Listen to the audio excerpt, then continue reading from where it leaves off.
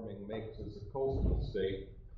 The case took place in California, and it has to do with whether these particular individuals should have gotten workers' compensation under California state law or under the Longshore and Harbor Workers' Compensation Act. Both are relatively generous acts, but the Longshore Act is a little more generous, so that's what they wanted to try first. It's a little odd to think of a forklift operator on solid ground being covered by the Longshore Act, but a number of years ago, more than half a century ago, there was a lot of fuss back and forth. Louisiana, Alabama, Texas kept arguing with each other about who had the right to the royalties off the offshore oil in the Gulf of Mexico. And the fuss got bad enough, so eventually the Congress said, okay, we're going to step in. And they passed the Outer Continental Shelf Lands Act. Don't try to say that fast. And one of the things in that statute says, quote, the Longshore Act applies to disability or death of an employee resulting from any injury occurring as the result of operations conducted on the Outer Continental Shelf. As the result of operations conducted. Whoopee. This fellow generally worked on an offshore drilling platform. At the time of the accident, however, he was running a forklift on solid ground. They seek benefits under the Longshore Act. The Benefits Review Board, which is the administrative agency that runs the Longshore Act, says, no, this is an onshore injury, go to the California state law. Ninth Circuit reverses, saying, no, that's not the language of the statute. The language does not require that the injury or accident occur on land. So they say the test ought to be whether there's a, quote, substantial nexus, unquote, between the injury and the extractive operations. Doesn't that sound like you're going to the dentist? Out on the shelf. Supreme Court says the Ninth Circuit got it right. All 9 agree that the Longshore Act should be available given that peculiar wording of the Outer Continental Shelf Lands Act. 7 say the Ninth Circuit language is the appropriate test. Justices Scalia and Alito, wouldn't you know, say, no, let's go back to proximate cause.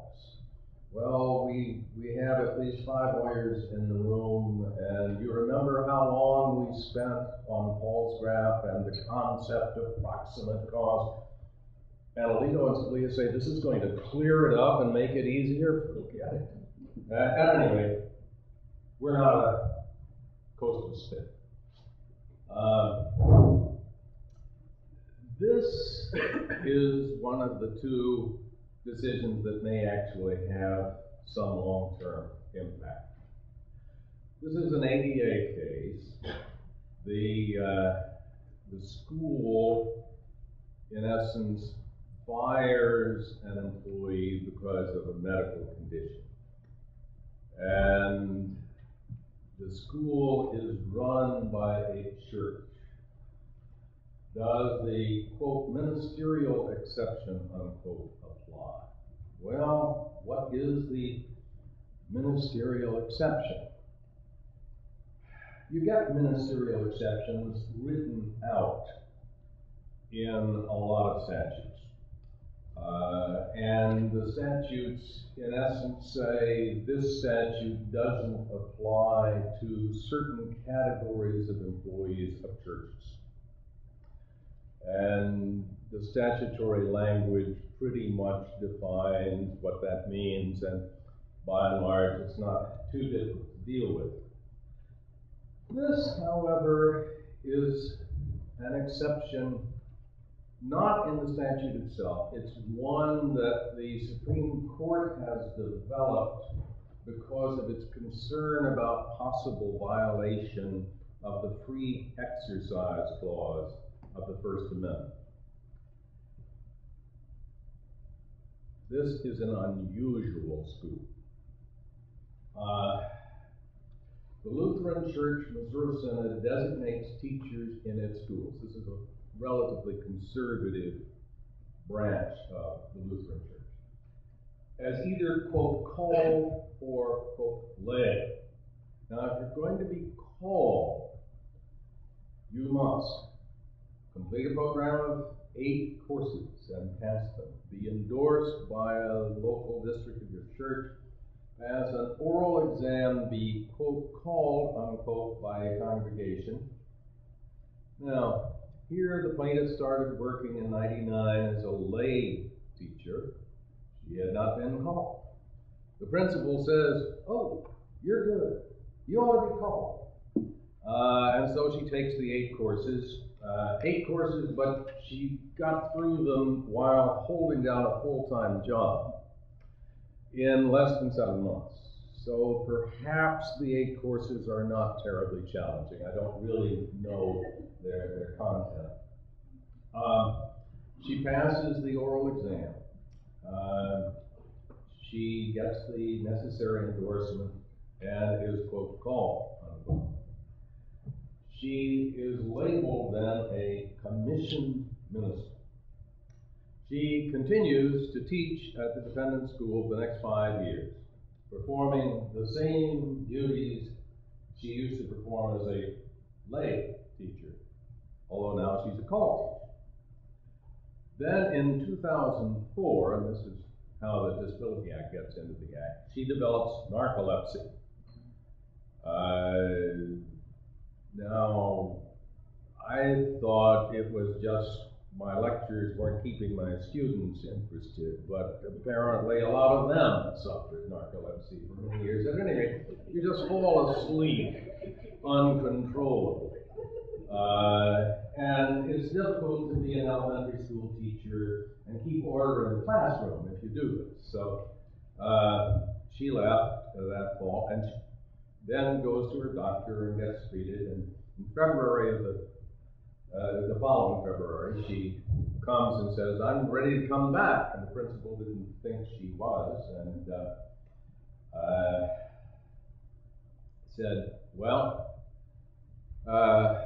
we think this is a condition that probably doesn't go away, and we think we're going to fire you if you try to come back. And she said, well, I'm going to go see a lawyer and see about it. The congregation had a set of bylaws that included saying you must use internal dispute resolution techniques of various sorts. And if you go see an attorney, that's regrettable, and we'll do things to you. And they did. They rescinded her call. She sues. The district court says, okay, the school is entitled to a ministerial exception. It's never been applied before in the context of the Americans with Disabilities Act, but I'm sure the Supreme Court would do that. The Sixth Circuit, our circuit, United States Court of Appeals, reverses. They are influenced primarily by 2 factors.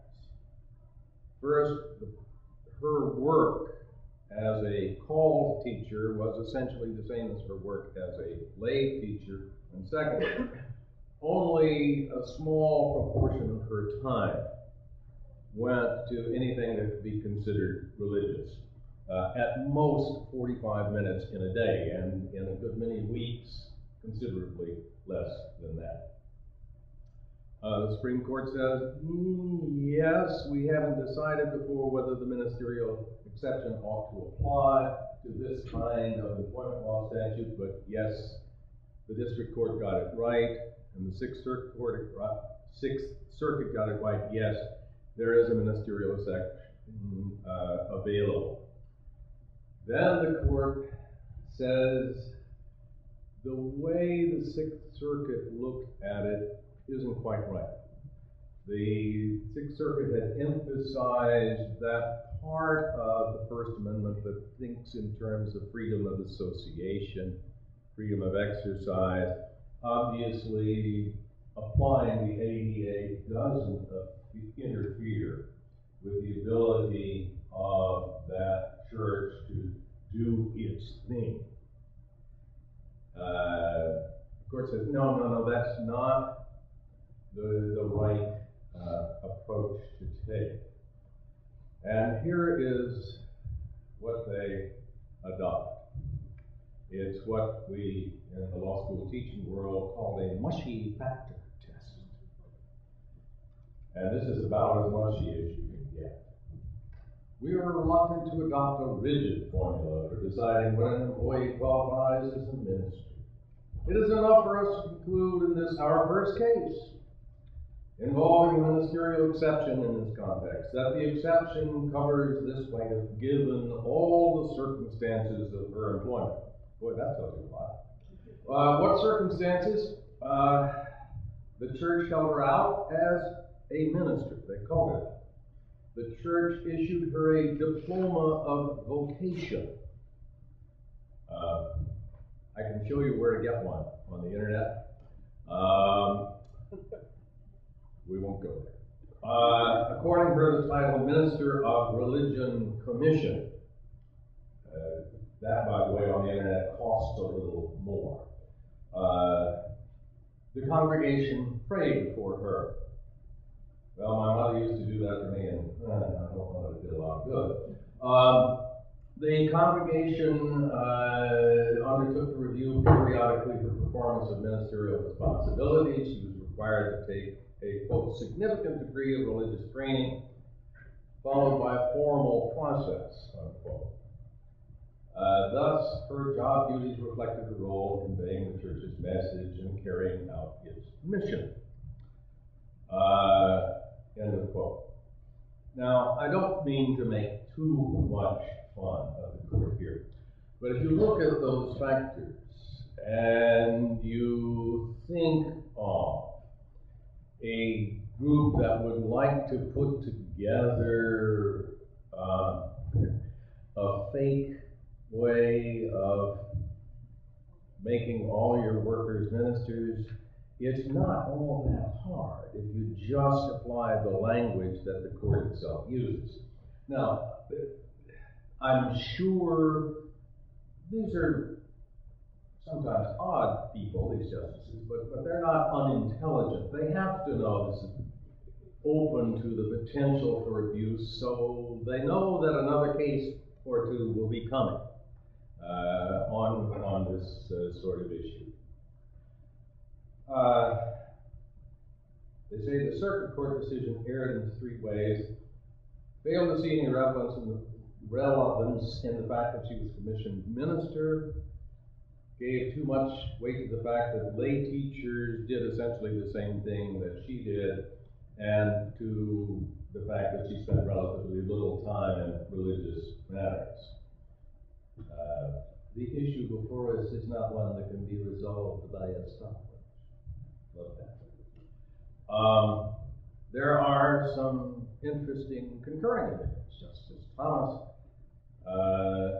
says it matters whether a real religious group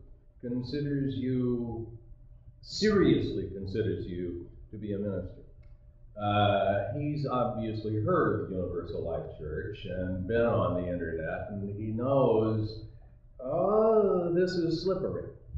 But I'm not sure this opinion helps very much. Justices Alito and Kagan say, let's get away from the concept of minister entirely.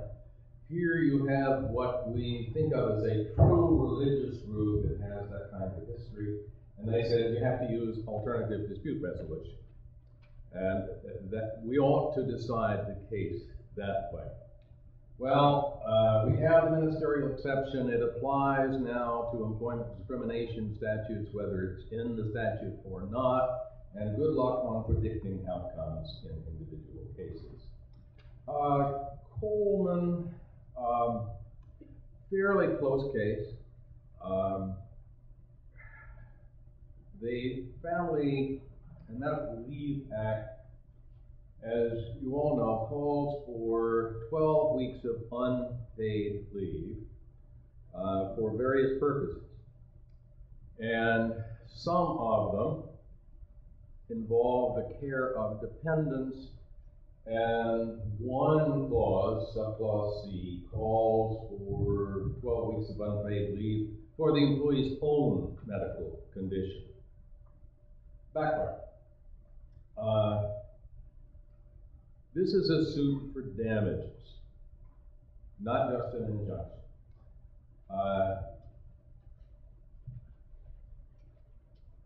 Is a state immune from suit? The old idea that king can do no wrong. Is the state immune from suit for damages? Or can the Congress take that away? Well, the Congress can take it away. The court held in the city of Bern versus Flores, but it must do so explicitly, clearly, and there must be, quote, congruence and proportionality between the injury to be prevented or remedied and the means adopted to that end. Congruence and proportionality. Okay? Well, in the Hibbs case, the court earlier decided that those parts of FAMLA that have to do with dependent care were passed in part because of discrimination against women.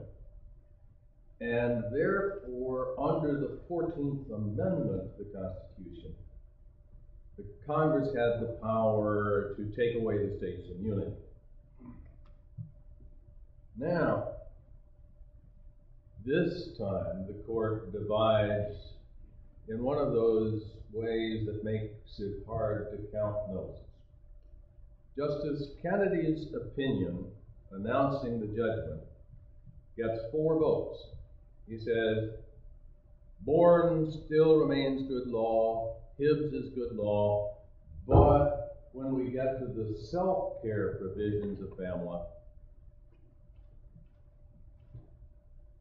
there is no indication that the Congress was passing that provision with gender discrimination in mind. And therefore, they did not have the power to take away the state's immunity. There's a 5th vote from Justice Scalia, who says, City of Bourne was wrong. And I still refuse to accept that it was a decision of the court. But I still say that the FAMLA provision is not properly enforceable, since the only thing that the Congress can remedy is a direct violation of the 14th Amendment, and failing to grant an employee leave is just not that kind of conduct. Justice Thomas, although he signs on to the 4-justice opinion, also files a concurring opinion saying, well, unlike the rest of you guys, I think Hibbs was wrongly decided. I think Bourne's okay, but Hibbs was wrong. Because I don't think that the discrimination against women was really well enough linked to the remedy. Then we got a 4-justice dissent by Justice Ginsburg.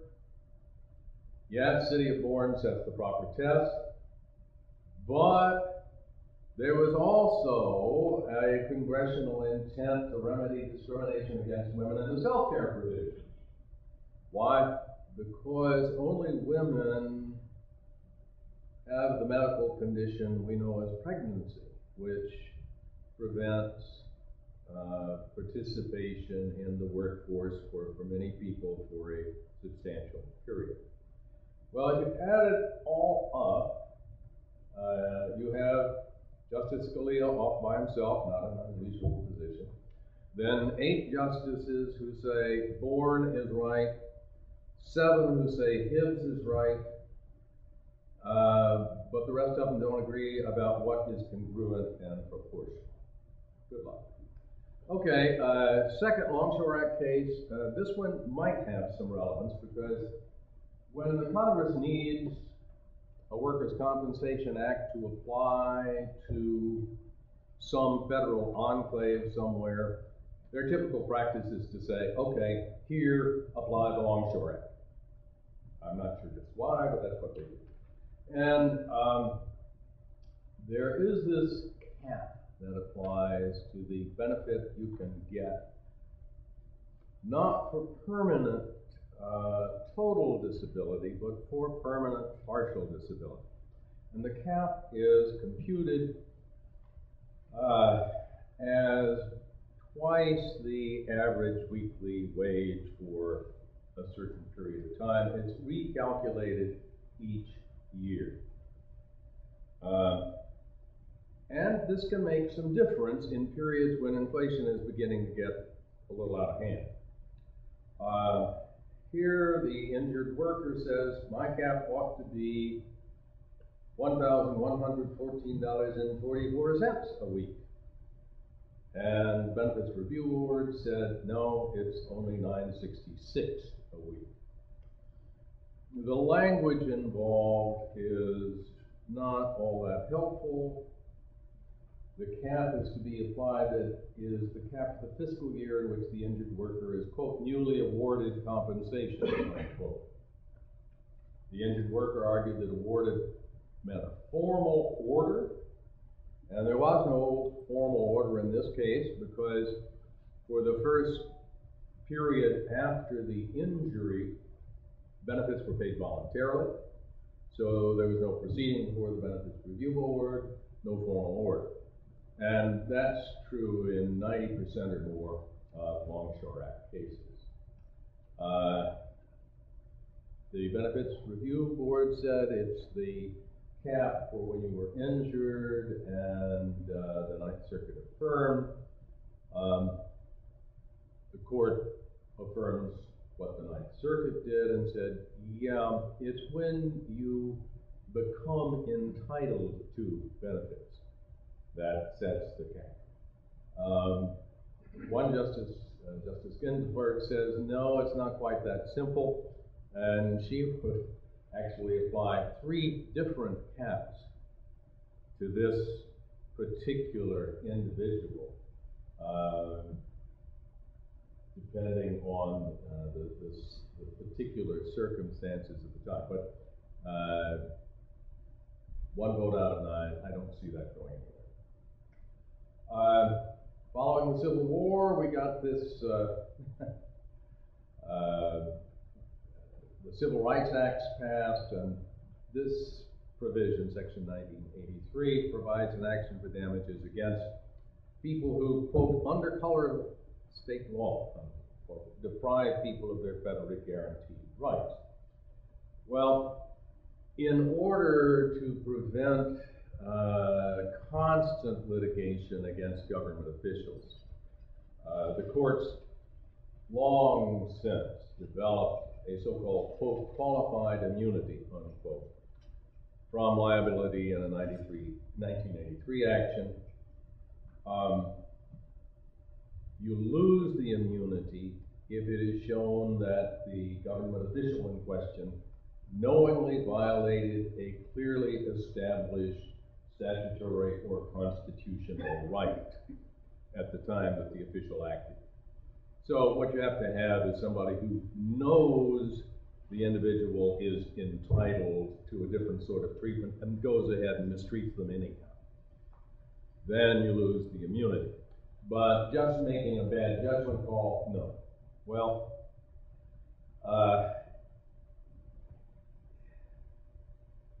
this case involved really bad lawyering on both sides, but it's understandable if you know the town where it happened. Rialto, California is not what you'd call a garden city.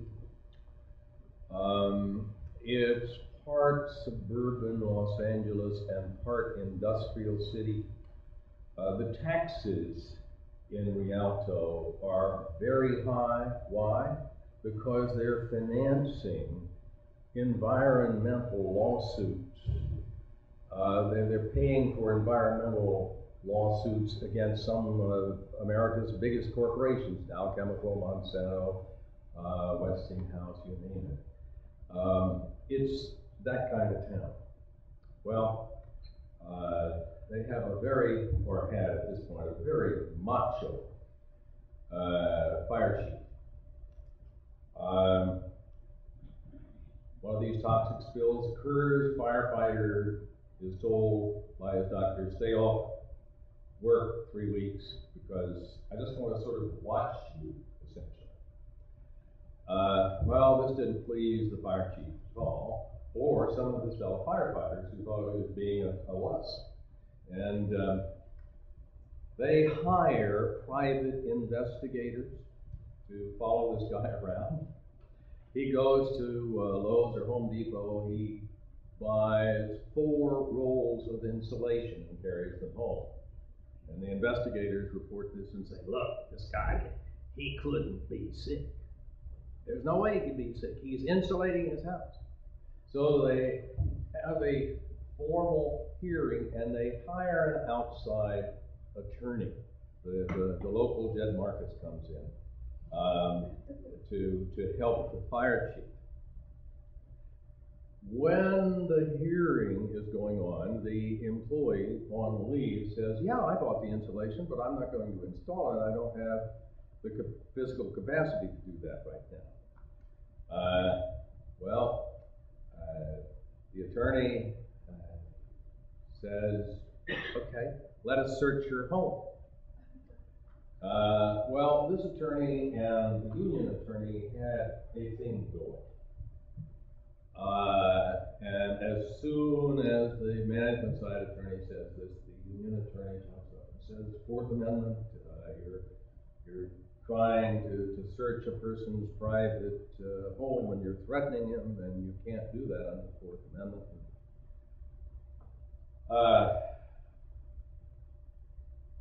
They do the search anyhow. Go there, he brings out 4 rolls of insulation. So he hadn't been installing the insulation. By now, the firefighters union is so upset that they file suit on behalf of the firefighter against the city for violation of 1983. Fourth Amendment rights were violated.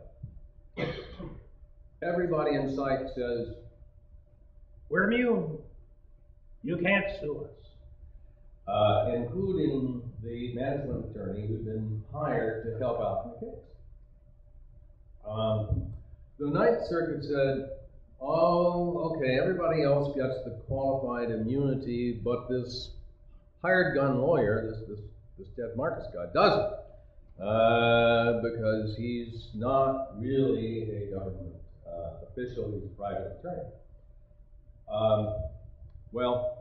Goes to the Supreme Court, and all the justices agree that Jed would be entitled to the qualified immunity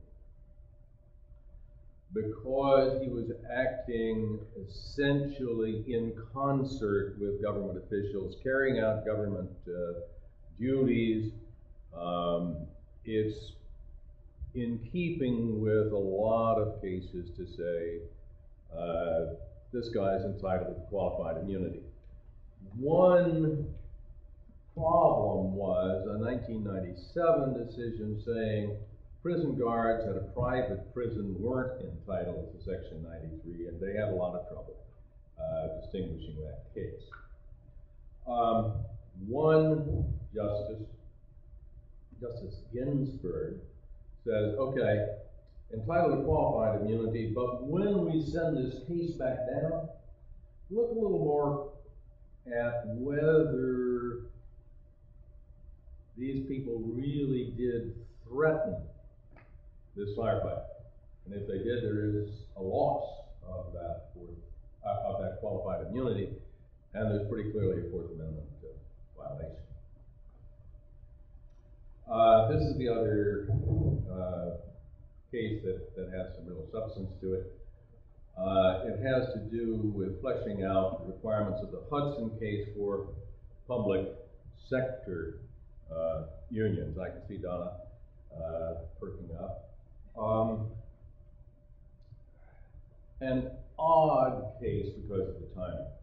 This is in California. Service Employees Union does its annual review of how much money it spent on non-political matters and how much it spent on lobbying and other such things. And says, okay, non-members in this agency shop state, non-members will pay 56.35% of what regular members pay. There is a 30-day period to object to that. Some people did, most people did not. Okay, the 30 days expires. Then the governor announces, I'm going to put some provisions on the ballot that would, in essence, undercut much of what the public employee unions thought they had accomplished over the years. And so the service employees, along with several other public sector unions, begin to put together a war chest. And to do this, they impose an assessment on members at 25% of what they were already paying, and they up the ante for non-members by 25% as well. Non-members say, we don't want to pay this. They get summary judgment from the district court, which said you have to send a new Hudson notice and you have to give non-members a full refund. The Ninth Circuit reversed, saying, well, we agree that this is a case where perhaps some people are being asked to do something that they would object to, but the union has acted reasonably in giving its annual notice and the 30 days to protest. And we just don't think requiring much more makes a great deal of sense. You have to balance the right of the union to do its thing against the right of people not to be compelled to join into political speech that they don't believe in. The court here divides 5 to 2. 5 justices join Justice Alito's opinion. And the outcome here doesn't trouble me terribly. This is an unusual kind of circumstance, and it's very clear that the money was going to be spent for political purposes, and compelling people to join with you for political purposes does have First Amendment problems, no question. But the opinion is bothersome. It calls into question the opt-out procedure that has been common in most agency shop states for years. It doesn't say you can't do this. It says, I was just looking at the language again a few minutes ago, this is right at the edge of what the First Amendment can possibly permit. But there's a lot of loose language in the opinion, and it goes well beyond what the court needed to decide, and it's going to be, I think, a troublesome opinion for the court to deal with in later years. Justice Sotomayor, in fact, says exactly that. She says, yes, this is a case where the union could have and should have done more to let people object. But all this language about opt-out and opt-in and the procedures you imply might be required, this just goes much too far. 2 justices would uphold the Ninth Circuit. Finally, a case that's not a labor and employment law case, but has tremendous implications for bargaining in 2 years. This is National Federation of Independent Business against Sibelius. This is the case that dealt with the constitutionality of the Patient Protection and Affordable Care Act, particularly the mandate provision and the Medicaid expansion. Now, in order to understand the mandate, it's necessary to step back for a minute or two and think about the problems that the Congress and the President faced. At the time the statute was passed, the decision was made, we're going to continue to use health insurance as the vehicle for delivering health care to most Americans,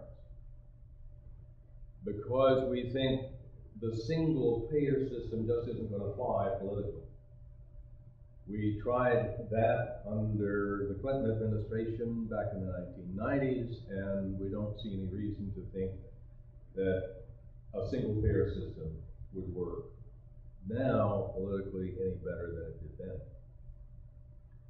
But at the same time, we've got to do something, because we have by far the world's most costly healthcare system, and it doesn't get results that are nearly as good as the results in a number of other countries.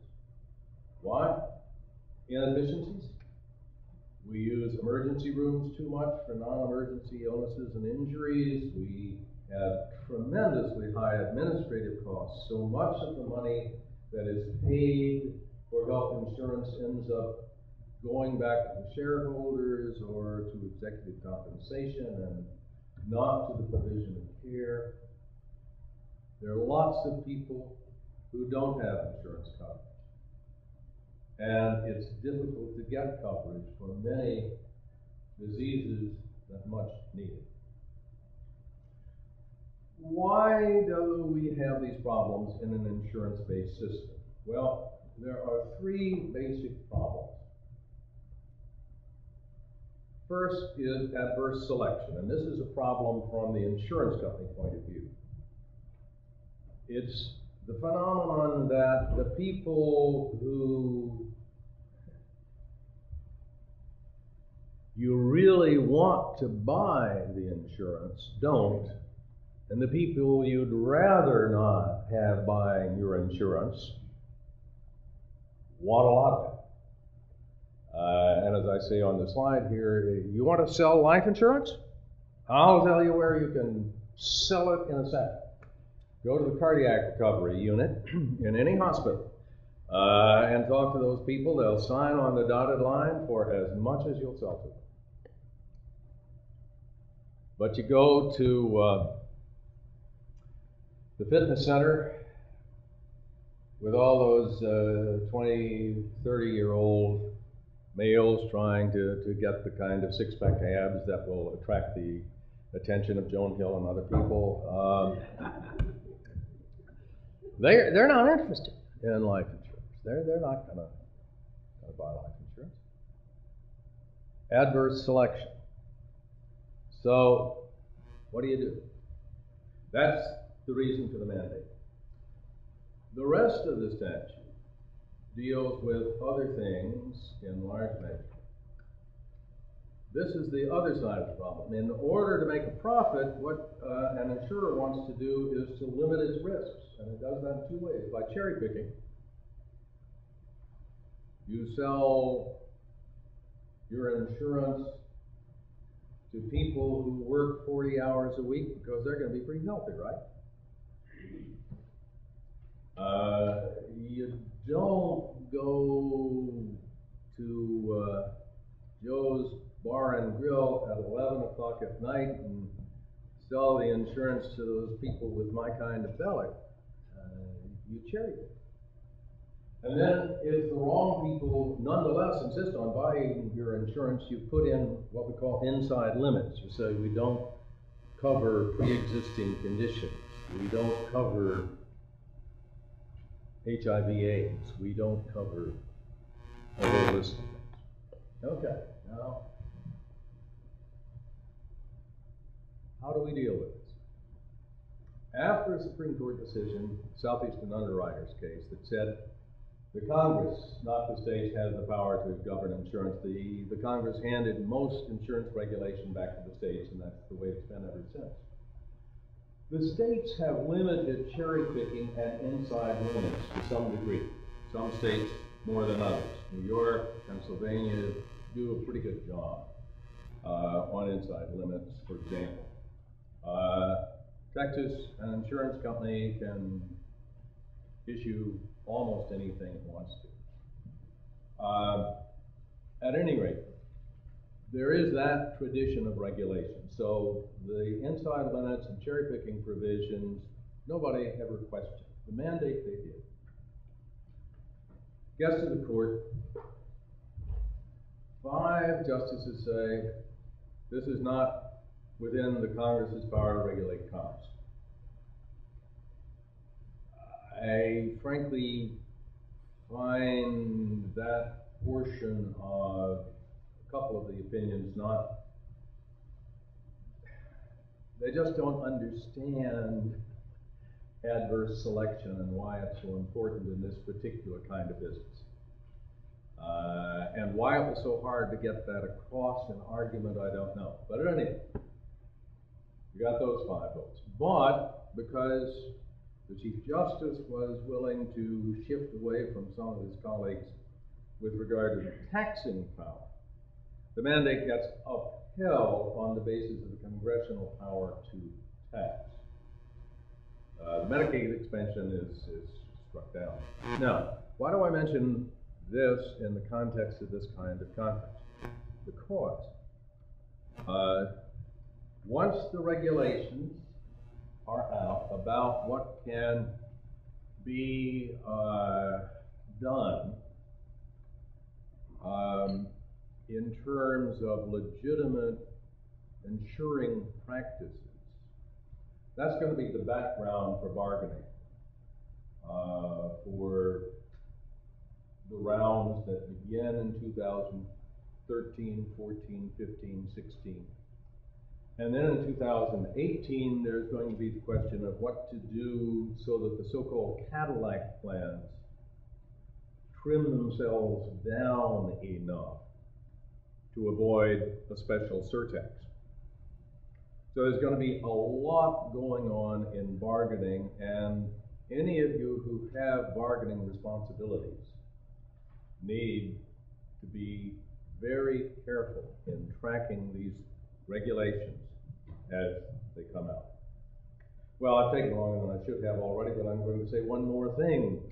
You've already had a presentation about NLRB proceedings and case law. I'm not going to talk about that. I do want to call this to your attention.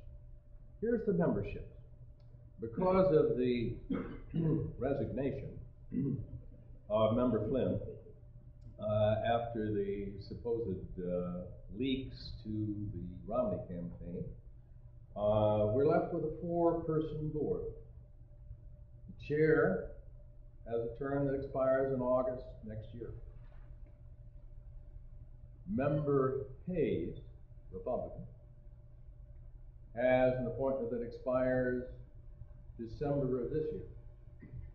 2 members are serving on recess appointments that automatically terminate when the congressional session is over. Now, this has simply been going on too long. It went on to some degree because of the failure to nominate in the closing years of the Bush administration. The board has been without a regular 5-year rotation kind of membership now for so long that it is really hampering the board in some of its work. Whether you agree or disagree with the board's particular holdings and approaches to things, we need a regular functioning board. But getting this past the senatorial holds. It's very difficult. So those of you who have anything to do with congressional relations, if you can possibly make a fuss about this, please do. And this is not the only situation. The three-member Occupational Safety and Health Review Commission is one member short. The Federal Labor Relations Authority is one member short. There are 19 federal judgeship nominations that have been reported out of committee but have not been acted on. 17 of them without any objection from the minority party at all, but there was an indication from the minority leader's office the other day that he might not be enthusiastic about dealing with these, even though they gained the approval of the member of his party on the Judiciary Committee. This government by negation, by not doing things, is becoming a real problem, and it's something that needs to be addressed. Well, as I say, I've talked too long. We've got two much more entertaining and informative people here, Jed and Lynn. And which of you is going to go first? Lynn is pointing at Jed, Jed is pointing at Lynn. Jed, go first. I know you're going to rant about the NLRB. No, I'm not going to rant about it. Normally, Lynn and I sit where we are and just prance around, but in light of the way things are configured, I'm going to go to the podium. I don't really, if you feel you can't hear me, just let me know. Otherwise, I'm just going to talk like this without regard to the microphone. Look, I'm a management attorney.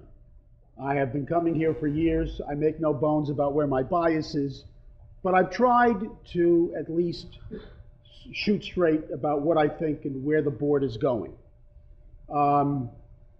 And generally, when I say that many of the recent board decisions are not really long-term union friendly, many people just say, well, consider the source, he's a management attorney. What does he care about unions? And I don't particularly care about unions one way or the other. I'm not, by that I mean I have no animus towards them. But I think it's important for not only employers, but employees to know where this board is going. And where this board is going is essentially this. Because, in my view, and this is my spin, okay? Because of the ever decreasing number of unions in the private sector, the board is desperately seeking and searching for relevance in a world where it has increasingly less relevance. Now, this doesn't mean they're irrelevant to those people who seek collective bargaining. And I think this is a long-term trend that, and Bill and I have discussed this for the last 10 years, which is as follows. With the advent of federal and state legislation, which provides more and more individual protection against discrimination, against retaliation of all sorts, whistleblowing, so that increasingly with these laws, employees, whether rightly or wrongly, many employees just don't feel the need to organize. Now, I sat next to Linda Ewing, and of course I was pontificating about my particular philosophy on this, and she gave me all the reasons why employees should still want unions, even though the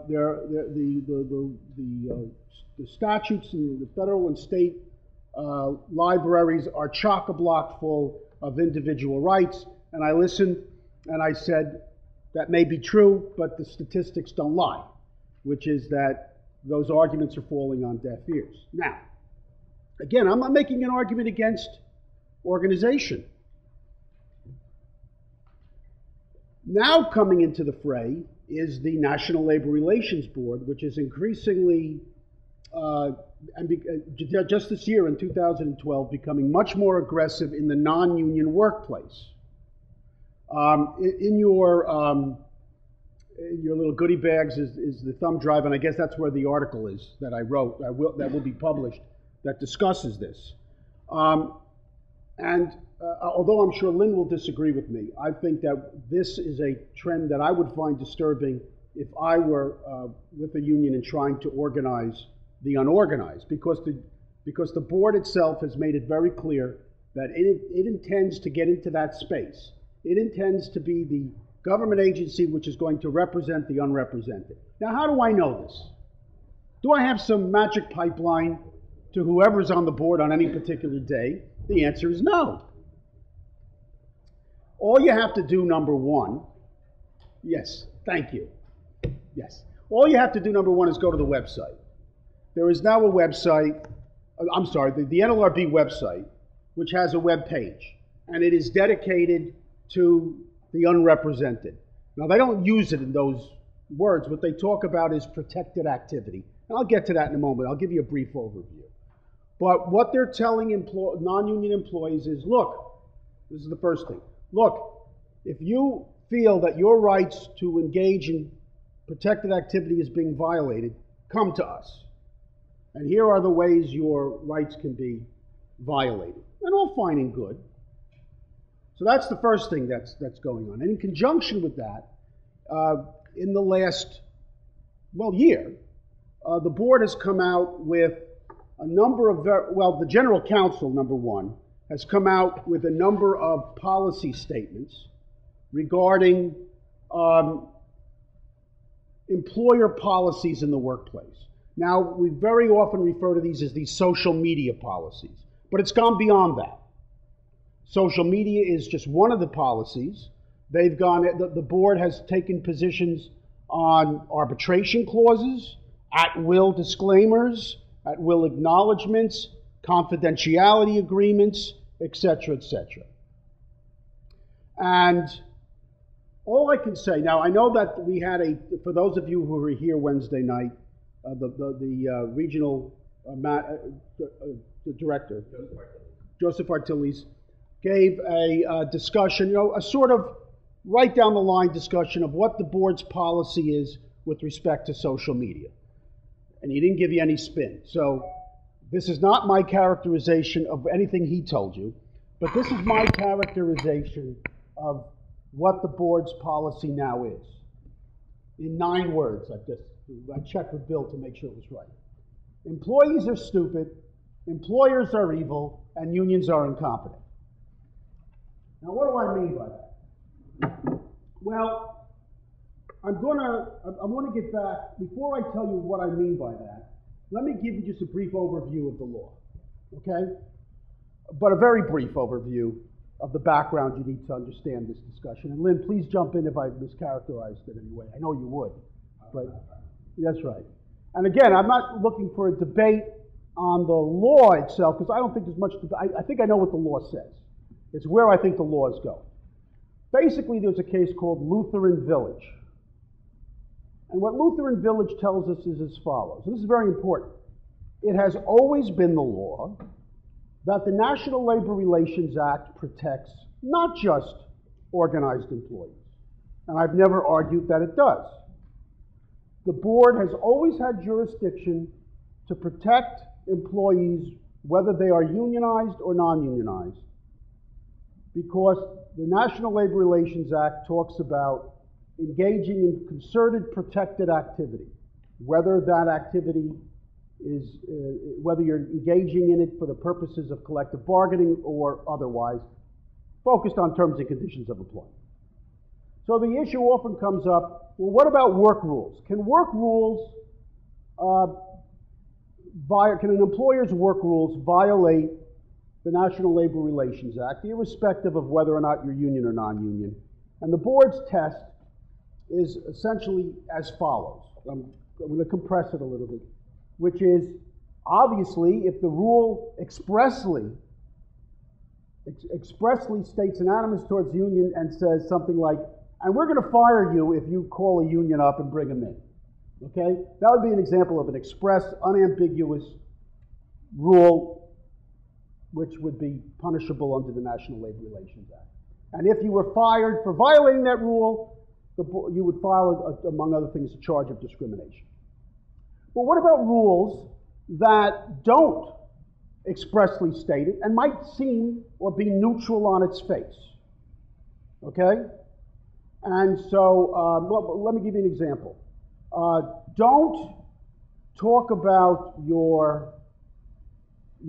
employees cannot talk about their wages in the workplace. You can't share information about your wages. Some might argue that's express. Typically, the board has treated that as, well, now because of its interpretation. But what the board would say is as follows. If a rule is neutral on its face, but a reasonable employee would interpret or could interpret that rule as discouraging or punishing collective protected activity, that would be a violation of the National Labor Relations Act. Okay? Now notice that the focus is on the phrase reasonable employee, not reasonable employer, not reasonable bargaining agent, and certainly not the reasonable board agent or board lawyer sitting in Washington. Okay? Which brings me then to where we are right now. So starting, now there've always been some outlier cases, but starting in 2011 and culminating in a major social media policy statement by the General Counsel, we come with these social media cases, okay? And I'm not going to talk about every one of them, but what I want to argue is that the board is now getting involved in let me rephrase. There are two important trends now in light of these cases. One, the social media policy statement, which the director talked about on Wednesday night, that May 30th, 2012 memo on social media, and the cases following, on it. There are two important trends. One is, unrelated to social media, that the board and the General Counsel, in my view, are making now what I can only describe as an unprecedented attack on areas of employment law previously relegated to the states with common law and state law. For example, just recently, the General Counsel filed, there was an ALJ decision, the General Counsel filed a complaint out in Arizona called the American Red Cross Arizona Blood Services region whatever, that's a typo, but again, the citations are in that memo that are in the thumb drive. And the complaint arguing that the employer violated the act by maintaining an at-will employment acknowledgement. Now, let me just digress for a moment.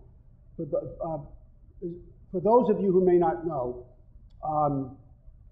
absent intervening law, collective organization, etc., employees are what's called are at will, which means that so long as I'm not violating any statute or any other law imposed by state or federal government, I can fire you for no reason, for a good reason, for a bad reason, no reason at all, etc. That's essentially, in the bluntest terms, what at will means. The vast majority of employees in this country are at will, except, as I said, you can't violate the law. I can't fire someone, for example, because of their race, creed, color, religion, union activity, etc. Those have been imposed over the years by statute, and of course by contract if you have an employment contract.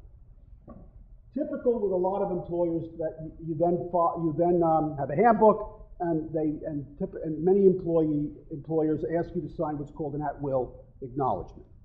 And in the particular case, the language that the board found to be unlawful was the phrase, "I further agree that the at-will employment relationship cannot be amended, modified, or altered in any way." And the judge concluded that this language violated the act because a reasonable employee could, that this was effectively a waiver of Section 7 rights. I don't happen to agree, but I'll get to that later, but that's what he said.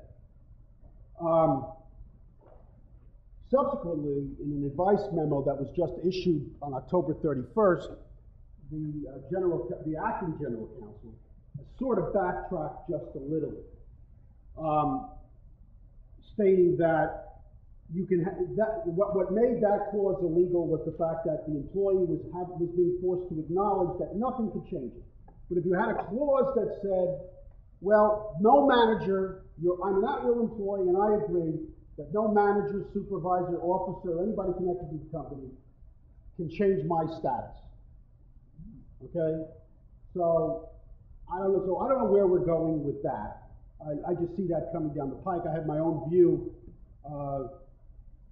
but that to me is not the biggest problem. I think ultimately, Solomon, the acting general counsel, could use that as a stepping stone. So what's my problem though with these other policies, these other policy statements that the board's making? That second trend, which is to take employer policies and decide that they are unenforceable. And in particular, and if you were here Wednesday night and you saw some of the language that was being described by our guest, he read some of it. Some of you may have read the memo itself.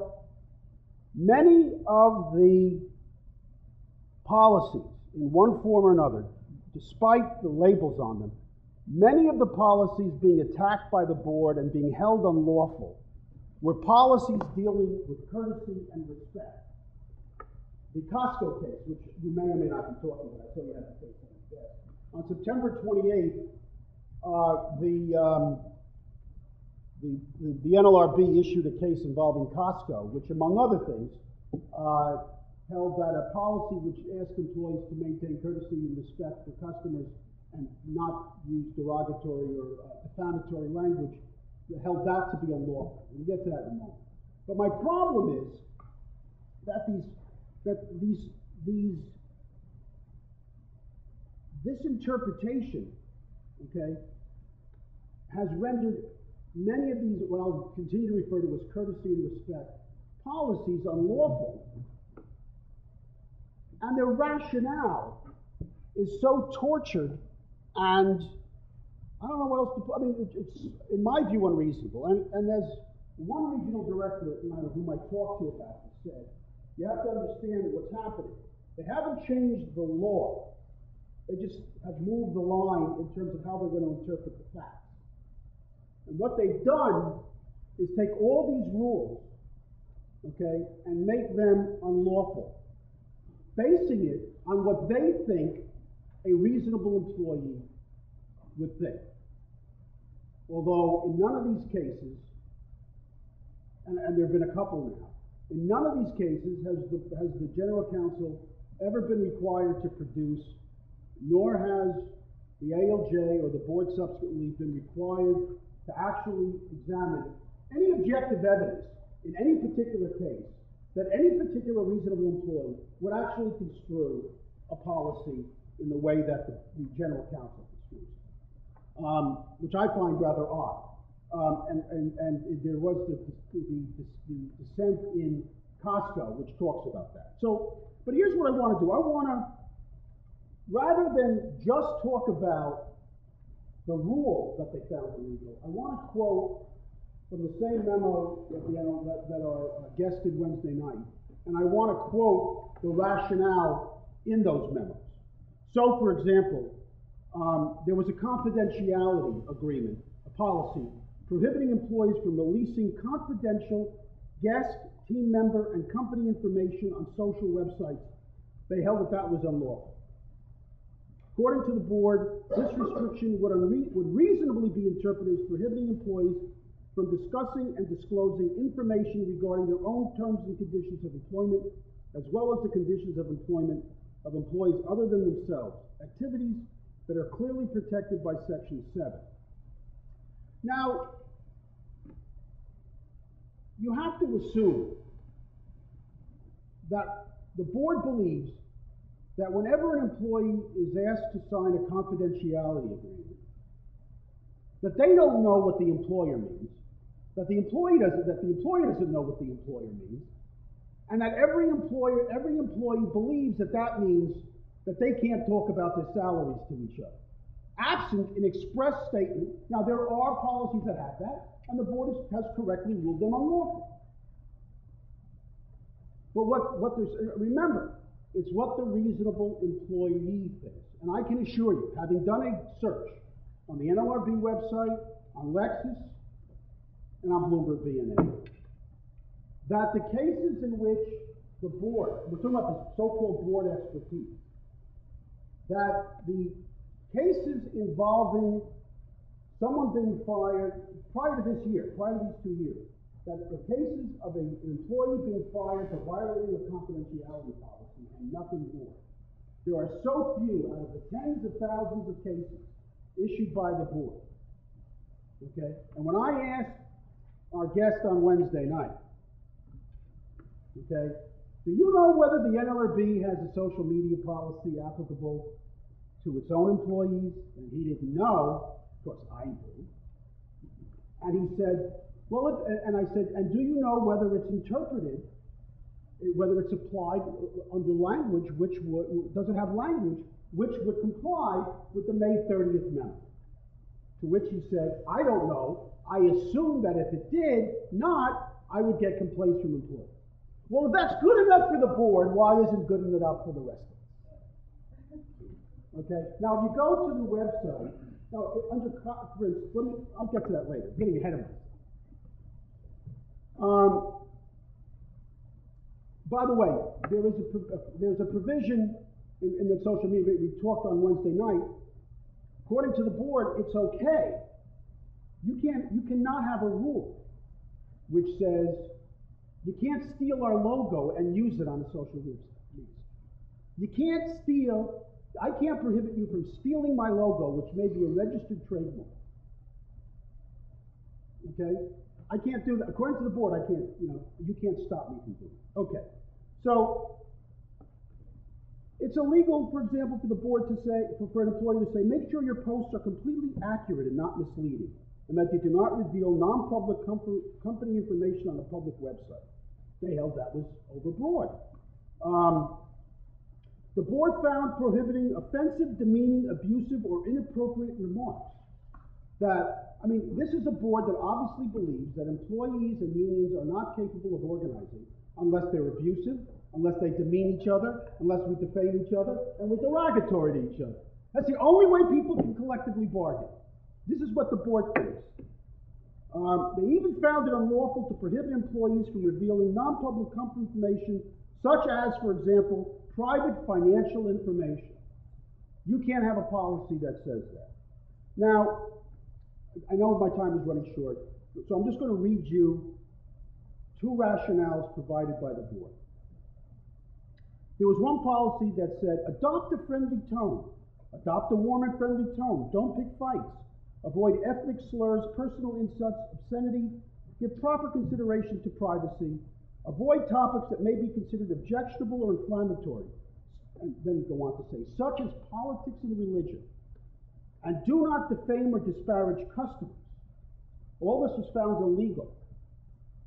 Here's the rationale. First, in warning employees not to pick fights and to avoid topics that might be considered objectionable or inflammatory, such as religion or politics, and reminding employees to communicate in a professional tone, the overall thrust of this rule is to caution employees against online discussions that could become heated or controversial.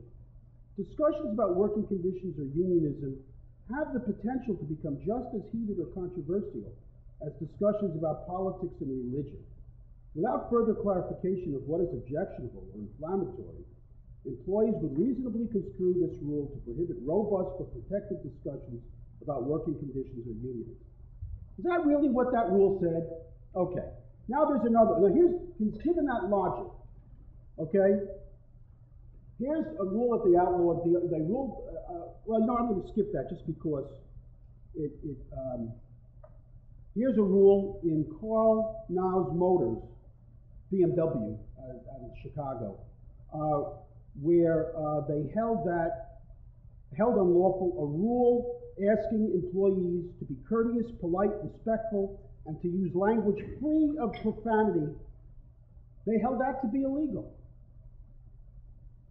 because employees could reasonably construe its broad prohibition against disrespectful conduct and language as injuring the image or reputation of the dealership as encompassing Section 7 activity. So, all right, this is the rationale of the board. Now, what I maintain, and I agree with Member Hayes in his dissent in Costco, is that this isn't about a reasonable employee. The board has imposed, and the general counsel has imposed its own perspective rather than the reasonable employee. And that's, I think, where we're going. And I can almost see, okay, that a bunch of board agents sitting in Washington with their feet up on the desk, drinking coffee, trying to figure out a way to strangle and torture language until they get it so that somehow, somewhere, somebody could construe language as unlawful. It is a very interesting perspective on how they view the workplace. And I think it's very crass. I think it's cynical, because I think they have a very low opinion of people's intelligence. And I think they're doing it because the board is rather desperate to remain relevant. Now, let me conclude as follows. I happen to think that this isn't very good for employers, but I think employers will survive. Whenever they have these changes in the law, we somehow figure a way to adapt. I haven't even discussed D.R. Horton and the arbitration clauses and how the courts are basically ignoring it in the context of class action waivers. But I think the real loser here are unions. I don't think non-union employees, for the most part, will be flocking to the board. So I don't see this really as something that I'm panicking over. But if I were unions, I'd be somewhat concerned, because when you get down to it, no union can compete with a government agency which is willing to strike down employer policies, attack at-will employment, reinstate discharged employees, and defend the right to disparage employers and their products on the internet, all for free, and without all that campaign and election messiness. And as I said, we're going to survive. I think unions, which have a tough uphill fight as it begins, as we are already, are even going to have greater challenges as a result. I think that the board, in its own desire not to be considered irrelevant, have essentially declared to the non-union workplace that unions are irrelevant, and you don't need them. After all, who needs a union when you have the NLRB? And after Lynn goes, I'll be happy to answer the question. Dale always gives me such good material to work with. And so our professor esteemed, getting to all the stuff that he's covered, I'm probably not going to do that given what I got to do with Jeff here. And basically, I think one of the things I come here for, this thing just won't stay on. It won't stay on. It won't stay on, but I'm not holding it in. I'm holding it up. I got to do a little dress rehearsal here first. And you promise not to show pictures of what I'm about to do, Leo. We are brothers now, right? I don't wear this shirt very often. I had this shirt made up several years ago. And Jeb raised this subject about why you need a union when you got the NLRB. A couple of my good friends who I've known over the years, Arnold Pearl, labor manager, labor lawyer over in Memphis, and John Higgins, who worked with me in the Memphis NLRB regional office, who, as you know, held every job at the NLRB. I think that existed at one point or another, now retired. They make the same point. We don't need unions anymore because we got all these laws and agencies and everything to protect us, so unions are irrelevant. Because John Higgins used to tell me on the phone every time before I go to one of Jerry Lee's seminars up in at another lake like this one out here every year, I called John Davis up and I said, what's new in NLRB? And why are we, why is the union membership declining? And he made that same speech to me, that when he and I were working together in Memphis and marching in the streets in 1968, and he was a good Republican kid from Boston, whose dad was an arbitrator. He went wayward on us after 30 years. He said, you just don't need unions anymore.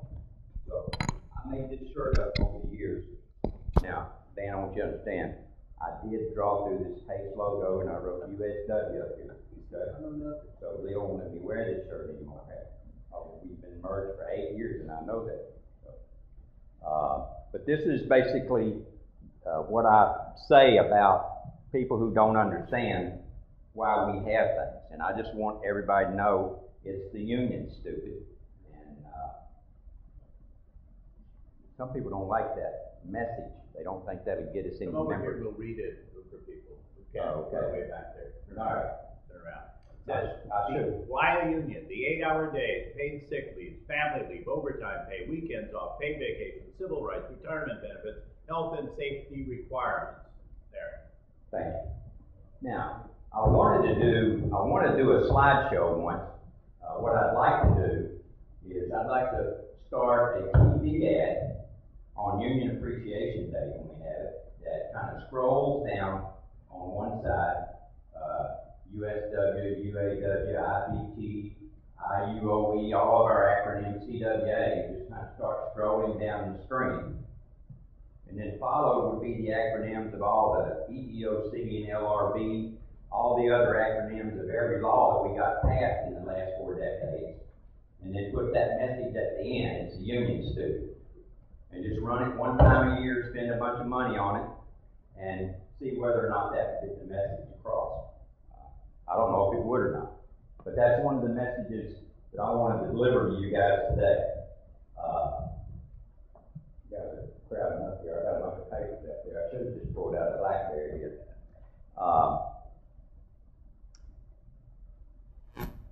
Welcome to Obamaville. So, thanks to the election, I just wanted to kind of be happy this morning because that's one of the joys I want to bring here is the fact that we did win the election. I think we all should be very happy about that because the NLRB that Jeff's complaining about, I was going to see if we could pull up the website. You think we could pull up the www.nlrb.gov here? One of you IT guys, just so they can see those nice 3 Democrats sitting up there on the web page and that one poor lonely Republican. Remember, don't say bad things about me. Oh, I'm not. Because you're going to get there, right? Think you're going to be the next Republican appointed by President? First of all, I'm not a Republican. I don't know what you think. I come here and I know you're a Republican. I apologize for being new. I don't know you, and therefore, I don't know whether you're saying this with tongue in cheek or what. I'm an avowed conservative, die-hard Republican. I'm very unhappy that we didn't win. On the other hand, I respect the other party. So which side of the fence are you on, sir? You can't be certain of where I am on this. I say this stuff, some of it just to get a response like I just got from you. And some of it I mean. So where do I come from? I come from the Appalachian Mountains of Kentucky by way of a pool room to Mississippi during the Revolution.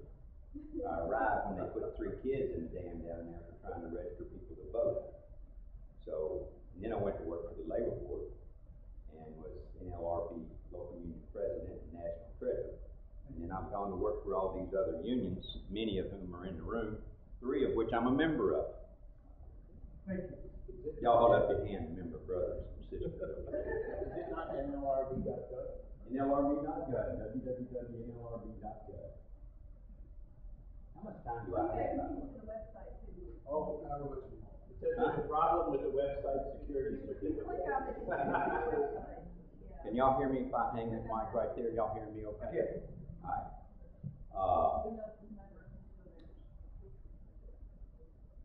Now, if I say anything that offends anybody, I want to apologize on the front end. I'm going to try not to, okay? I want to be gender and age careful about what I say, because I know what it's like to be stale, male, and pale, and we're all going to get the hell out of here, and everything's going to be fine and dandy. We're going to change all the laws soon to protect everybody. And I have KMA status pretty bad, so I say some things I probably shouldn't say sometimes. Y'all know what that is, right? We were talking about arbitrations, but I want to put people at ease a little bit. You know, arbitration reminds me of a couple things. One of them was y'all were talking about somebody taking a slug at somebody, an IRS agent, and it reminded me of my favorite and most successful arbitration case. Y'all know Sam Nicholas, or heard of Sam Nicholas in Mississippi? Well, unfortunately, a supervisor called a worker a son of a bitch, and upon that statement, the employee knocked the supervisor on his butt and knocked his glasses off. And of course, the company immediately fired the employee, but they didn't take a look at the law in Mississippi, which says if you call somebody a son of a bitch, those invoke the fighting word statute of Mississippi, and people can knock you on your ass. So there wasn't any illegal violation.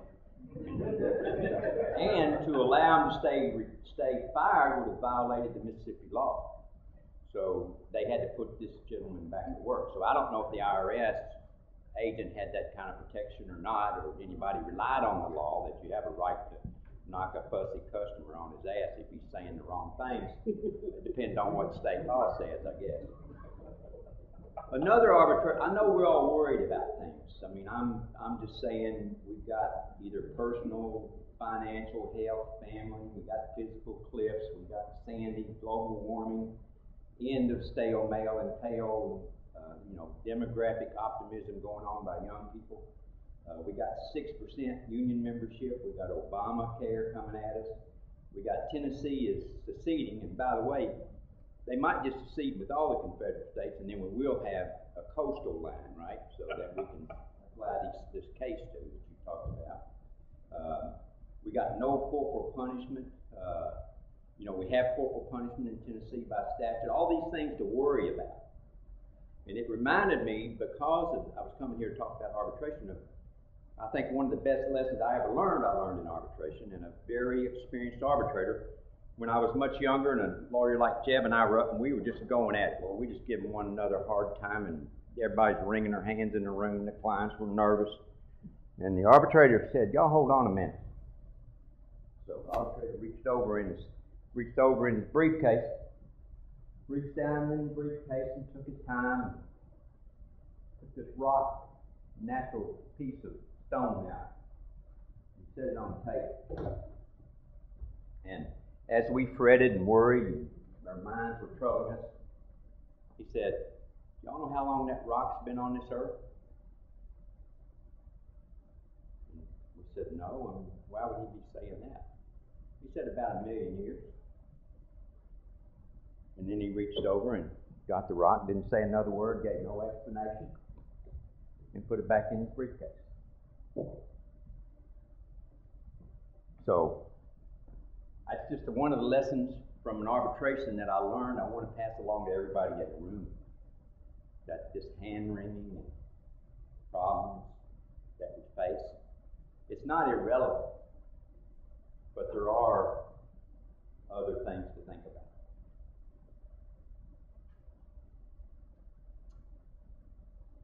Jeb, the Higgins, Arnold Pearl, Jeb, and others. I think Arnold says, I think you're talking about human resources, right? I mean, you use that term, human resources. That's what that's what I've heard on the other side. As long as we manage our human resources correctly and treat them fairly and kindly, then unions, there won't be a need for unions. Or there'll be less of unions. And trying to come up with why do we need unions at all? Well, I'm going to give you a personal example of why we need unions. I probably came to Middle Tennessee from Memphis because of the Nissan plant in Smyrna. That was probably really the reason I came, to help with that first campaign of the UAW.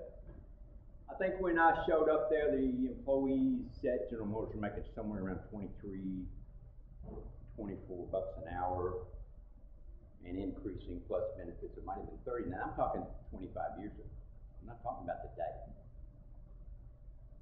And if you go to work at a Nissan, and we weren't successful. And then we weren't successful the second time around. The UAW was not who I represented at the time.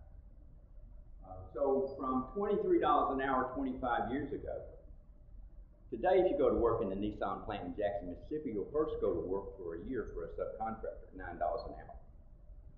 Once we evaluate you for that subcontractor at $9 an hour for that period of time, and if you've got the right attitude, we'll manage our human resources, we'll give you a job for Nissan at $13 an hour. So they make a fourth in Jackson, Mississippi of what they were willing to pay to keep the union out in Smyrna, Tennessee 25 years ago. Now, I don't have to be a genius. I can be a stupid employee, an angry employer, or one of you academic brilliant geniuses, whether arbitrator or not. I know what the hell's going on here. And anybody that doesn't see that just ain't willing to stand up and say it. We're in a global environment. Our human resources, the only thing we really manage here is paying people less. So why in the hell don't we just go back to slavery? We can make all this shit. We can have robots making robots. But if we don't have labor unions or an alliance of some kind with groups of people who are willing to achieve it, the working class ain't going to have crap. And all of we people who work in this profession, and it's a great profession, it's a wonderful thing that we do and accomplish.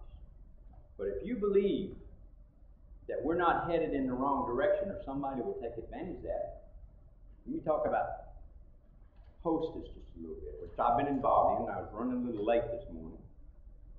You would think that after 50 years of legal rights, that everybody would know that you have a right to put pickets on a plant gate, a peaceful picket. It's protected by the NLRA, it's protected by North LaGuardia, I could go on and on, Marsh versus Alabama, Thornhill versus Alabama, Claiborne Hardware, I could go on and on. Every lawyer, every legal director knows that you have a right to put pickets at the plant gate. Well, in the collective bargaining agreement of hostess, most of the facilities have right to recognize legal picket lines, and so the plants that were on strike sent pickets. One of them's in Knoxville. Well, in Knoxville, on about 5 days ago, the company hired off-duty deputies of the sheriff's department and instructed the pickets, if they got on the plant gate, they were going to be arrested. It took us 4 days, 5, to convince the law director, the sheriff, the people that were there, to give those employees, the picketers, the actual right to come to the plant gate. Of course, keeping them away from the plant gate and down the road somewhere, Teamster truck driver, the scabs, it gives me a reason, well, they ain't really a picket line because they're down here at the end of the street. So it's just proof that it can revert back to where we were if we're not careful. And if we're not willing to stand up and say what's really on our mind. Now, we'll talk about social media do's and don'ts. I got to get back over here and get some more of my. Did we ever find the website, by the way? Yeah, that's it. Oh, great. Okay, let's talk about the website. Did the pictures of the board ever pop up over there? On mine, it kind of scrolls up. Y'all know, pulling that BlackBerry. I'll go over in a minute and play with it, but if you pull that BlackBerry up, pull my BlackBerry up, I can get the website, and it continuously scrolls through who the board members are. And I just kind of want to talk about them a little bit. It was an issue here. Talk about social media too. Since my good friend Joe Achilles probably did what good NLRB bureaucrat does, he just went down the line talks about what the law really says without putting any emotion on it. Mark Gaston here, that's a union lawyer. I think what I want to point out to you that the labor board has 5 members, and traditionally, prior to I think it was Bush administration, or we go back to Father Bush, I can't remember who it was. It used to be for years it was 2 Republicans, 2 Democrats, and a friendly academic. And you pick a friendly academic depending on what political party was in office. And that's the way they used to do it. It's got to a point where the labor board, I think under Bullets Dotson, I don't remember anybody remembers Don Dotson as chairman of the National Labor Relations Board. That was during the 80s. It became 3 company lawyers and 2 academics, or union lawyer and an academic. And since Democrats have gotten back into office, we're now beginning to do what the Republicans taught us how to do, and we're putting union lawyers in the position. So Mark Gaston, who's there for a while, I think looks at the chart, and he's expiring in August 13th as a union lawyer. Brian Hayes, the sole Republican there, is a company lawyer. Sharon Block is an in-house NLRB person, a friendly one, kind of hopefully voting our way some. And Dick Griffin actually is my general counsel as a member of the operating engineers. That was my first union. And he was general counsel for the operating engineers. And you can expect some favorable votes, in my opinion, on these subjects from Dick Griffin and Mark Gaston Pierce. And I suspect, of course, with Sharon Block and Dick Griffin, they're both recess appointments, and there'll be a legal challenge to anything they've already voted on and approved. So it might go all the way to the Supreme Court, and maybe by the time we get to the Supreme Court, since we got the 5-4 kind of closeness to counting noses up there, if the right party leaves, we may get during 4 years, if we can be optimistic, it's going to be 5-4. Now, think about this. If we had it returned, the only reason we have a National Labor Relations Act is because if it had been left up to the Supreme Court in 1935, they would have declared the National Labor Relations Act unconstitutional. But they declared the first time that Congress tried to pass a National Labor Relations Act, which was the NLRB or whatever they call it, the court struck it down, said it's unconstitutional. Well, President Roosevelt said, well, I'm not accepting that. I don't like this court. I'm going to stack the court. So he started trying to stack the court, which he didn't get away with, but he did shake them up enough that they passed the National Labor Relations Act. So we did get a National Labor Relations Act in 1935. And remember, union membership was somewhere around 30% at that time. Now we're down about 6%. So I'm thinking the National Labor Relations Act hadn't really done a very effective job of holding on to our membership and protecting our rights. Now, we did get a bunch of laws passed. And one of the ways I explained this, they passed the TVA Act during the same year. Okay? And the Tennessee Valley Authority, some of you guys are in unions that work there, very good jobs, very good pay, very well run electrical company. As a matter of fact, they've not spent one taxpayer dollar since that act was passed. And I used to not have electricity, or I had to go to the bathroom outside. That is, we cooked our steaks in the house and went to the bathroom outside in those days and didn't have electricity when I was a child. And I was thinking, if the Tennessee Valley Act, if TVA didn't do any better job than the NLRA at running its agency, we'd all be back to no electricity in the Tennessee Valley, wouldn't we? Think about that. Now, I know it's easier to sell electricity than it is union membership, but why is that? Why is it easier to sell electricity than union membership? Who's selling the union membership? I'm not blaming employers for this. I'm not even blaming government for this. This is our job. We as the labor movement can set point fingers at people what we got to do. But in my Kiss My Ass status, KMA status, I think it's time for us to look at ourselves a little bit. We got to sell this membership. We got to let people know the value of union membership. And we got to make these people accept it in government. and in plants where they don't have a union. Because same thing, instead of making 16 bucks an hour, you're going to be making 5, whatever the minimum wage is now. Because every state's going to go around and hire through corporate connections and do exactly what they've been doing and pass laws where they can throw the net over the legislatures, and y'all know what that takes. And get laws passed where you can't even have the public sector they're coming after, you can't even have unions. If that's the only place you have a union, I guess it'd be in the federal government. I said I was going to talk about that board decision. You're worried about what the board is going to build membership out there, right? I think the board, Jeff, being fair to Jeff, the board is coming out and trying to protect concerted activity and union activity and anything that can be inferred to discourage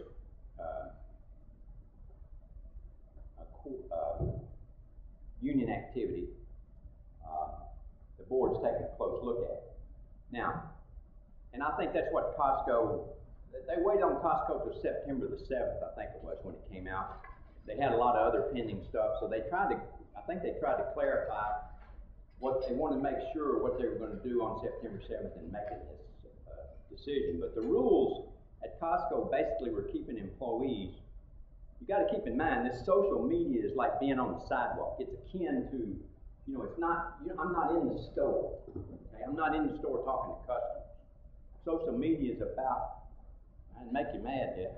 No, I can discuss it. All right, social media is about, it's the same thing as if you were out in the sidewalk passing out handbills or you were writing letters. It's the same thing that puts you in this environment. It's what employees say to one another and the new way of saying it. It's interesting to me, what's the new unit going to be like at the NLRB with social media and the ability for all of us to have a BlackBerry and work from home? 70% of the workforce in the future is going to be working from one of the machines right there like I got. In some kind of e-space somewhere out at McDonald's or Starbucks or down at the USW building. So I think what the board is simply saying, and I think saying it in a fair way, if you want to restrict your employees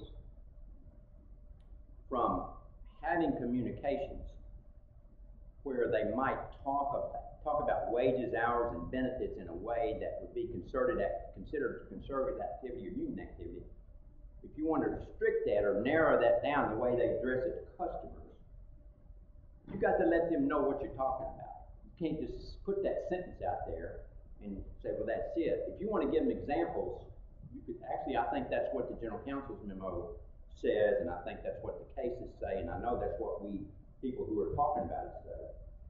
And the do's and don'ts of this, the labor movement and their membership needs to understand as well. I think the way to handle this is what's acceptable and what's not acceptable.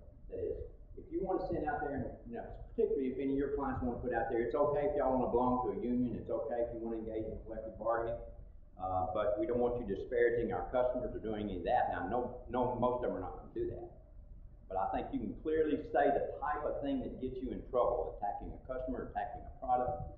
You got to be specific about what you're saying. You can't just make a broad statement that would encompass employees in a concerted way talking about wages, hours, working conditions, or crappy ass health insurance plan or that sort of stuff.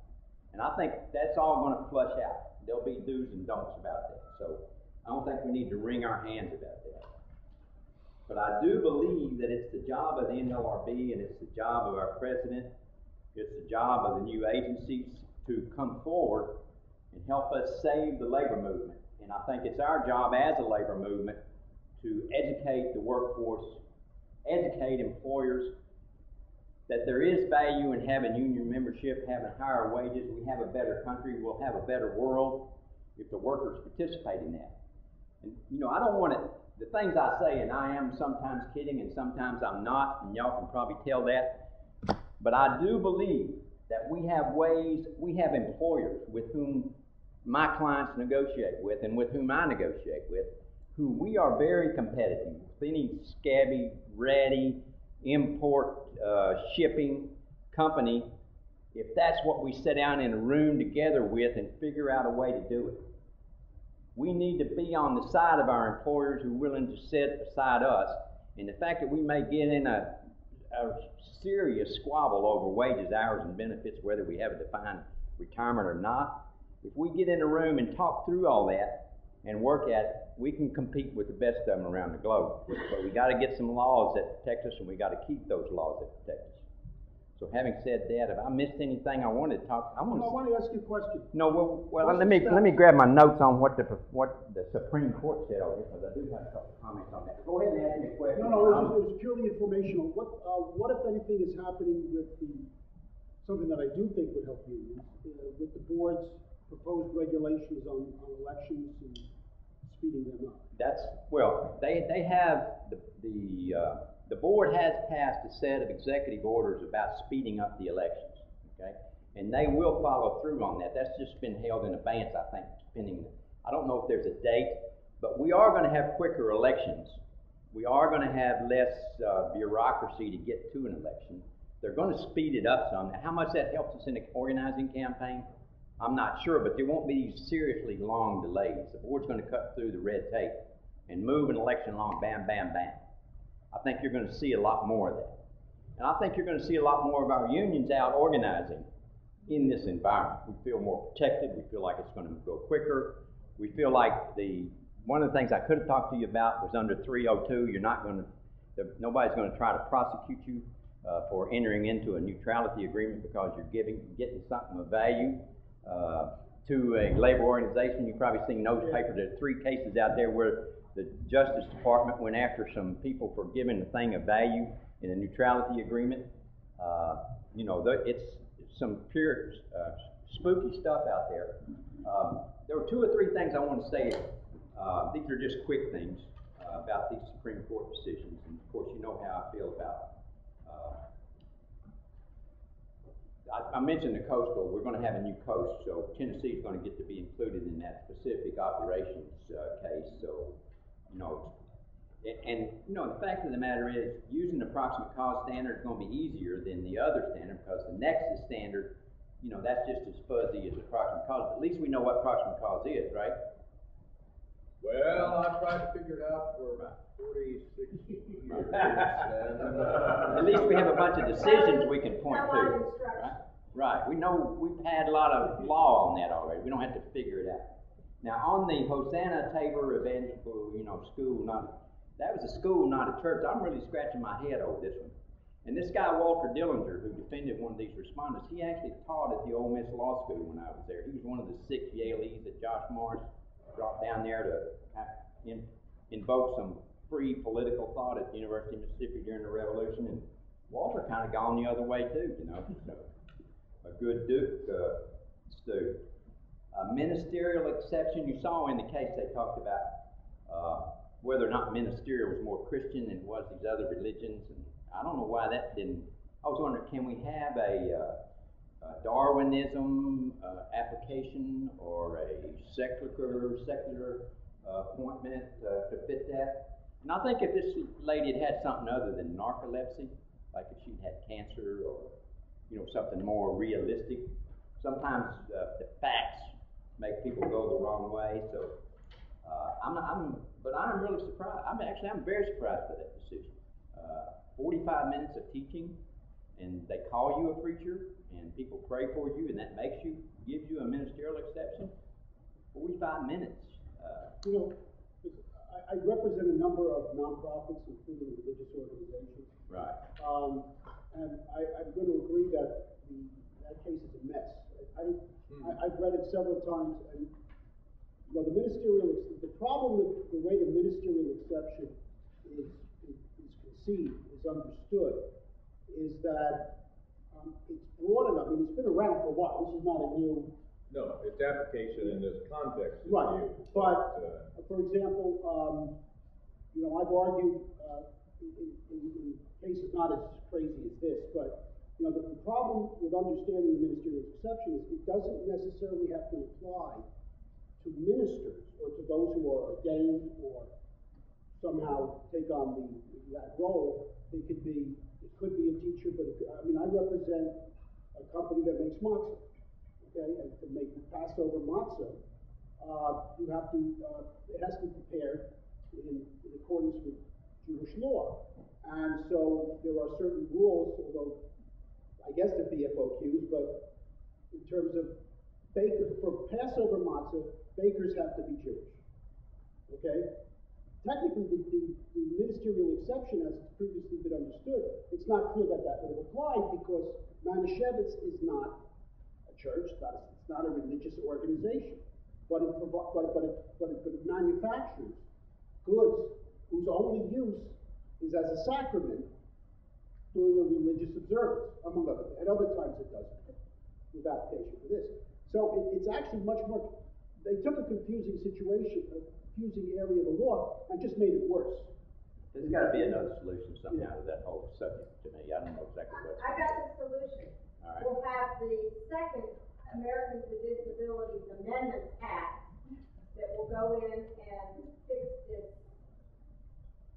essentially loophole that throws these religious organizations out of any liability for disability discrimination. On the Coleman case, the FMLA case, I was simply going to say I defer all FMA questions to Joan. So I don't even going to try to make a comment about that because she wrote the book on it, and I'm not touching that. And when Roberts versus Sealand, very narrow on what the cap is, and I'm reading this and I'm thinking, well, what's the workers' comp cap and when does it go into effect? And I'm thinking, why in the hell is the Supreme Court dealing with this? Why is this at the Supreme Court? Why did they ever accept it in the first place? Why was it an important enough issue? And I got it figured out after I thought about it for a while. They don't have enough work to do at the Supreme Court. And you know why they don't have enough work to do at the Supreme Court? I think the NLRB cases used to occupy, what, about 30% of the court's docket? They've run 4 to 7 cases a year. Right. And there's no cases going to the NLRB because organizing and the labor board, they don't have any work either. And if you don't, they're consolidating. I'm just going to point out, I don't need to, I just got a memo said that y'all were supposed to tell them by October 31st whether it was okay if they moved the Nashville office to the Atlanta office and closed the Memphis Region 26, where I went to work and worked for 5 years. So that's going to take place. Region 10 is going to have a big part of Tennessee out of the Atlanta office. Memphis side of Tennessee is going to the NLRB, to New Orleans. I want the New Orleans part. So I'm for the food purpose. So I don't know why the court's even doing some of this stuff. It looks like they're looking for work to do. The Pilarski case, the reason I want to talk about that one is about the damage issue. Once again, I think bad facts make bad law. Here's a firefighter who's got his own union who can protect him. They could have done this under other ways, filing a lawsuit. You know, the court stuck with the lawyers. You know, they're all lawyers. They protected the lawyer. We're going to include this lawyer to protect them too. But I want you to think about terms of, this is what I want you to think about. And any of you in your quick research Blackberries out there, I want you to give me the answer to this. It says, 42 U.S.C. 1983 provides for an action for damages against those who, under color of state law, deprive persons of their federally guaranteed rights. Now, that section's been used a lot to protect people in different situations. And in the hostess food situation, I wrote citing every kind of case that I could think of. I filed an NLRB charge. NLRB was coming after them. But when the General Counsel of Baker Workers sent them a memo last night, I think it was, saying, we're going to sue you for damages under 1983, all of you involved, suddenly the picket line went to the front gate. Okay? That stopped the sheriff, that stopped the county mayor, that stopped all those individual deputies from thinking, well, okay, this is going to be a free walk for us. They said, well, Agee's just going to screw around with the labor board, we can deal with that. But when the general counsel wrote them and said, we're going to sue you for damages for denying their rights under the Constitution, that changed the attitude. Bam, just like that. I don't know whether he gets whole credit or who gets credit, but this is the question I have for y'all. You can be sued for damages for denying somebody's constitutionally protected right to picket or handbill or all that. But I want you to tell me, what are the damages? Anybody know?